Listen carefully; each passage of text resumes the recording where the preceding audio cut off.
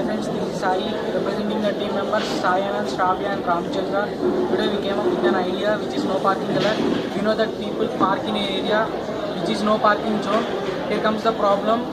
So that in order to overcome this problem, we will place a sensor which detects the vehicle and tells the nearby policeman to clear the traffic. So that it have developed a prototype regarding that project. Here comes, I'll show you. This is our prototype, which consists of a resistors, one IR LED, one photo LED, and a regular LED. And here we use potentiometer to range the length of the IR rays. And then here we use an IC also. This is all done on PCB, and this can be done on another breadboard. We have another prototype here, so we developed using breadboard. I'll show you how the IR works.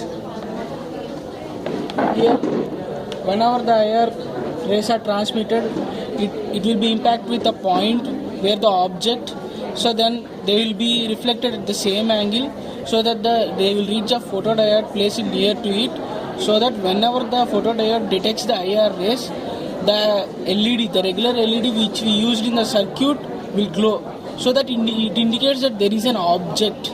So that this is the process where the IR works. Here I will show how our prototype works. See the glowing light. This is called the IR LED. This will glow all the time, and I am placing my hand near the IR LED. Now the rays coming from the IR LED will touch my hand and then reflect from my hand to the same angle, so that it touches the photo LED, so that the light near here will glow. This indicates that there is an object in front of the IR LED. Now we have seen our prototype.